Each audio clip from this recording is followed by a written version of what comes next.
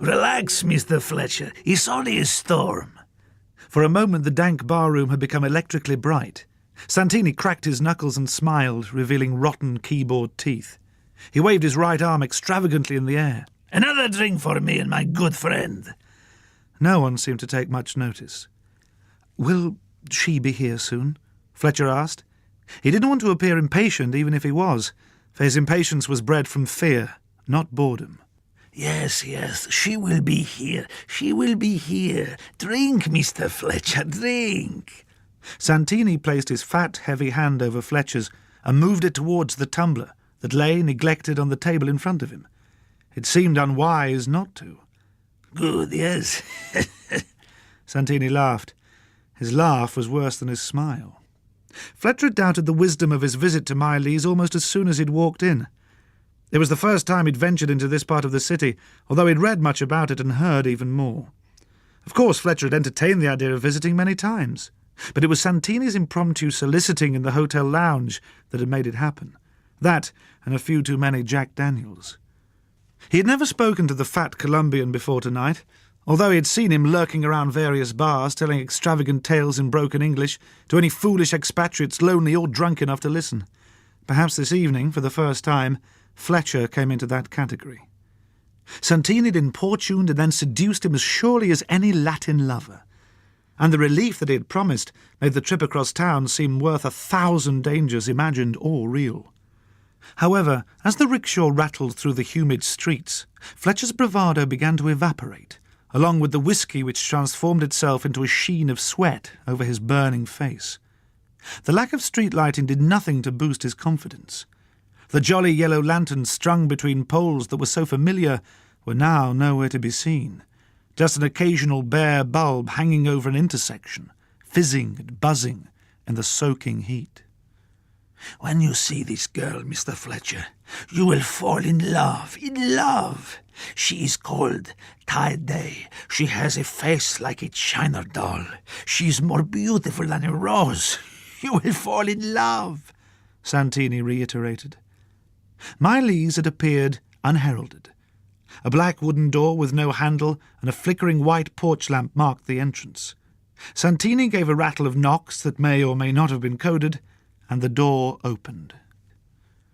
Upon entering, Fletcher immediately found himself thinking of his one visit to a sex shop many years before, in London, on business, drunk from a couple of afternoon pints.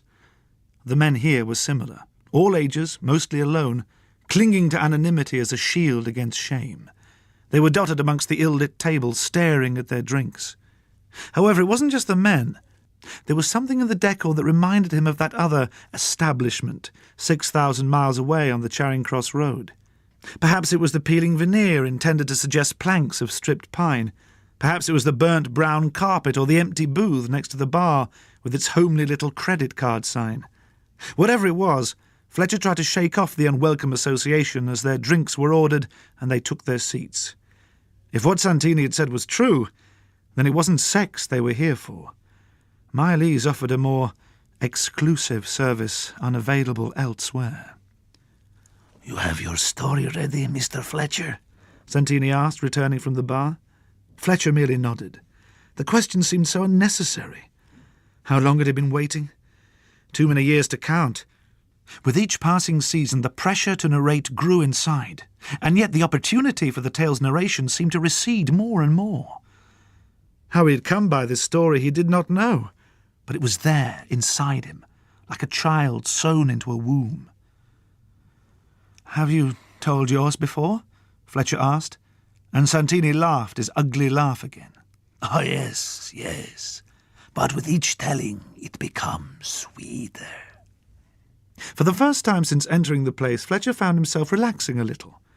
Perhaps it was Miley's appalling bourbon, or perhaps it was the fact that he felt he was with his own kind.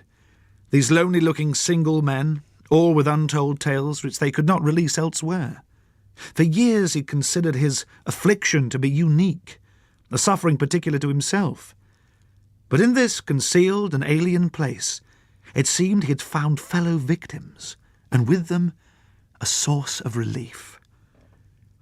When Santini first spoke of his experience here, Fletcher was initially surprised, but very quickly adjusted to the fact that there were others like him, And it also made sense that in this foreign land with its ancient and wise culture, there would be those who would understand, those to whom he could unburden himself, those who would heal. Though they chose to remain hidden and covert like the affliction itself seemed natural too. Fletcher had attempted many times to convey his story, sometimes in speech to lovers, to friends, sometimes in writing on paper in pen, but the words never actually emerged. They remained both unseen and unheard, coiled together somewhere within. Tonight, however, things would be different, for beautiful Day with her ancient oriental skill would charm them outside, persuade them to slither up through Fletcher's throat and slide over his tongue until at last they would be revealed to the outside world and he would be free. The story would no longer be exclusively his. Someone else would have heard and understood. A ripple of activity passed through the otherwise silent bar. Chairs scraped, glasses were put down, throats were cleared. Looking across the dimly lit room, Fletcher saw that a figure now occupied the wood booth. "There, I told you she would come. Go to her, Mr. Fletcher. Take your place." Fletcher's heart began racing as he stood. His legs felt weak beneath him, his mouth dry. Like an inexperienced teenager about to ask the class beauty for a dance, he felt that now, when he most needed them, words might fail him. Day was indeed sublime.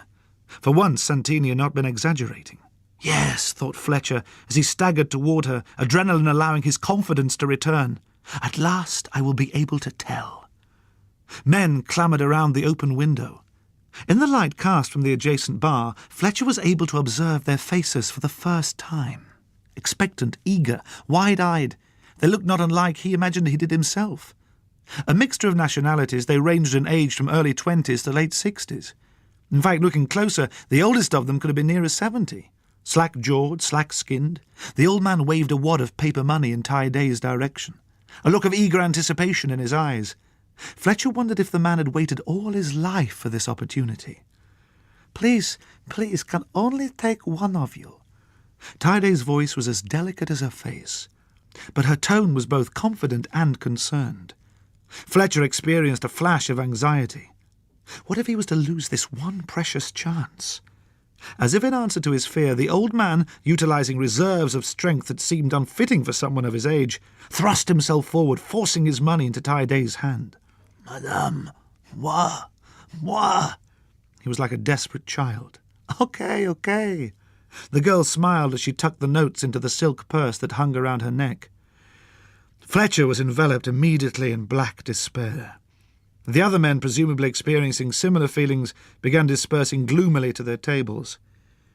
He was about to join them when he noticed the mien of horror that had settled over the nameless Frenchman, who stood gazing glassy-eyed at Day. No, j'oublie. There was a tone of such terror, such hopelessness in the aged voice, that Fletcher's first response was one of pity. And then it occurred to him that this man's misfortune was his golden chance.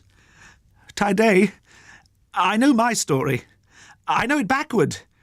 She turned toward him. A faint smile played across her incandescent face. Observing how much money the Frenchman had given, Fletcher handed her the same as quickly as possible, which she took, her black eyes settling on his. Stepping forward, Fletcher readied himself to tell his tale. He felt the words bubbling up from that hidden place deep within, propelled by the accumulated pressure of enforced concealment. The back of his tongue began to press gently on the roof of his mouth, ready to receive the first phoneme cast its way. His lips parted. "No, silly, not here." Day had stepped out from behind the booth, placing her tiny hand on Fletcher's forearm. He blushed and looked at the floor, embarrassed at his own naivety. "We go up here." She gestured toward a small wooden door behind the bar, decorated with miniature fans. He followed her up the staircase, lit by one dim bulb, its walls lined with the same familiar wood veneer wallpaper. They reached a cramped landing, which had 3 doors along each wall. Day turned to smile at Fletcher as she reached for the one in front of them. Fletcher felt his heart beginning to race again. He realised with a thrill that the telling had finally arrived. And not only that, but he would be able to enjoy it. He could relax and take his time. There was no need to hurry the narrative. He could savour the twists and turns of his elaborate little storyline and relish its conclusion. The room was completely bare apart from a dirty-looking futon stretched across the floor. Ty-Day reached down and removed her small shoes before settling down on the unpleasant-looking sheets. She reached for Fletcher, pulling him toward her. "So," she smiled, "you like it here?" Fletcher assumed she was trying to put him at his ease. Playing along, he looked around the room. He was surprised and slightly unsettled to see a window behind Ty-Day. It seemed to look onto another room. "It's not what I'd expected. Was that a figure in the room beyond?" There wasn't enough light to be sure. Ty-Day nodded, as if she had heard this before. She moved a little closer. "Shall we lie down?" she asked, flattening herself against the sheets. Fletcher slipped off his espadrilles, quickly adopting Ty-Day's position.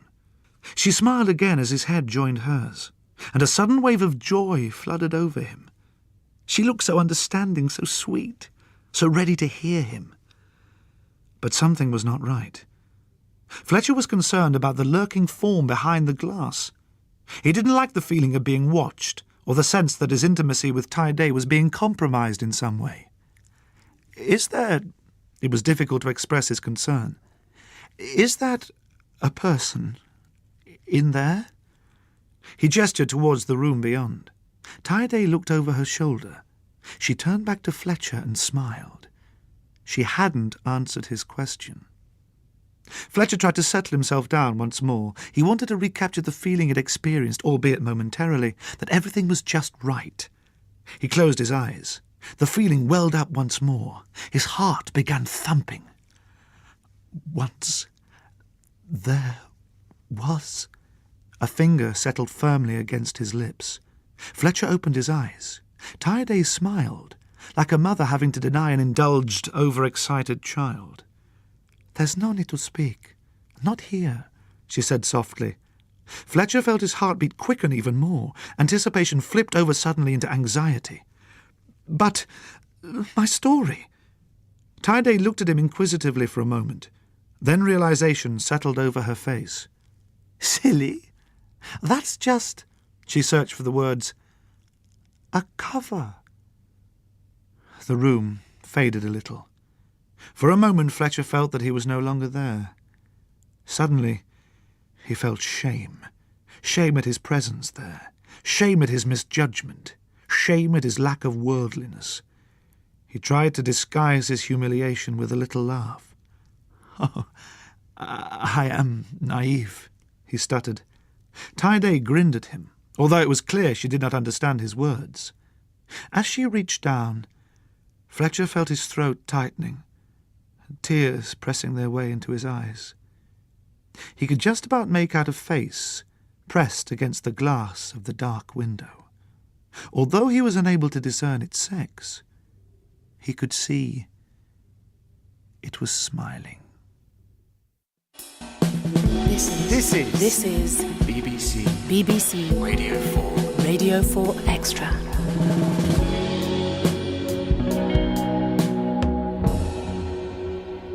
Now it's time for new writing and stimulating discussion. It's Off the Page. This programme was first heard in 2006. Hello, welcome to the return of Off the Page. According to Benjamin Disraeli, everyone likes it, and when you come to royalty, you should lay it on with a trowel. Some call it flattery. We're calling it kissing arse, because that's just what we're like. But sucking up, currying favour, brown-nosing, whatever you call it, you can't deny it's rampant. We seem to despise it when we see it in others, and yet revel in it when it's done to us. How come? There are circumstances when it's considered positively rude not to do it. Isn't the bride always beautiful and the hostess's dinner always delicious? But then again, is that arse-kissing or just good